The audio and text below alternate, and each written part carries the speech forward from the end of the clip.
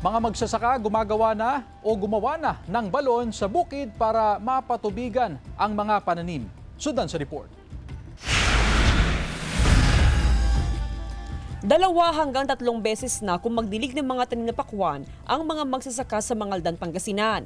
Ngayon kasi nararanasan ng mainit na panahon ay nangangambang mga magsasaka na hindi mabubuhay ang mga pananim kung mapapabayaan at hindi madidiligan. Kailangan madiligan araw-araw kahit isang beses lang. Dahil para maganda yung Mabuhay. oo. Dahil sa pahirapan din ng patubig sa irigasyon at may ilang lugar ang hindi naaabot ng irigasyon, kaya gumawa ng ilang magsasaka ng mga balon sa mga bukid. Dito nang gagaling ang mga tubig na ipinadidilig sa mga halaman. Hindi rin pwede. Importante madiligan, oo. Patuloy namang nakaantabay ang Agriculture Office. May mga intervention na rin ibinahagi sila sa mga magsasaka.